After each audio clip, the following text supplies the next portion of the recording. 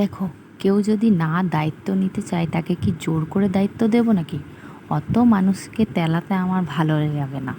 আর আমার শাশুড়ি মা বড়টার বেলায়ও মানুষ করার সময় আলাদা ঘরে গেছিলাম, কিছুই করেনি। আর ছোটোটার বেলায়ও 1 মাস তেল মাখানোর পরেই জবাব দিয়ে দিয়েছিল আমি আর তেল মাখাতে পারবো না।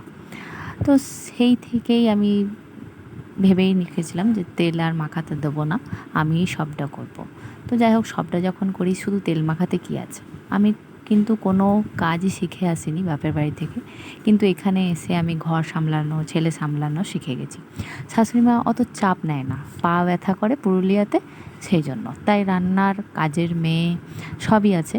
আর বাকিটা আমি দেখি এখন, বাচ্চাগুলোকেও তো আমি সারাদিন সামলাই, মানে লক্ষ্য রাখি সব কিছু, কী রান্না হবে কি নেই ঘরে, সেগুলো সব কথা আমার, মানে সব লক্ষ্য রাখতে হয় আমাকে।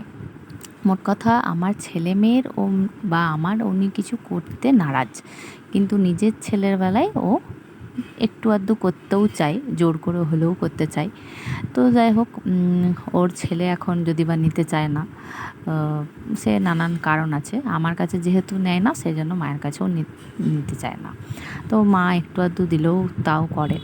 তো যাই হোক, আগে আগে যদি বা নিত আমার মেয়েকে, আমরা যখন ভাত খেতাম বা যখন সন্ধে দিতাম, এখন সেটাও নেয় না, খেয়ে পড়ে শুয়ে পড়ে।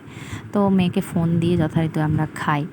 তো ঠিক আছে, ওইটাই ভালো, ইনভ্যালিড পার্সন আমি ভেবে নিয়েছি, সব কিছু শিখে যাওয়াটাই বেটার। আর সংসার বয়স কম তো হলো না, তাই সব কিছু শিখে রাখাটাই ভালো। আর আমি ভেবে নিয়েছি ওটা একটা আমার কাছে ইনভ্যালিড পার্সন, সব কিছু নিজের থেকে শিখে যাওয়াটাই বেটার।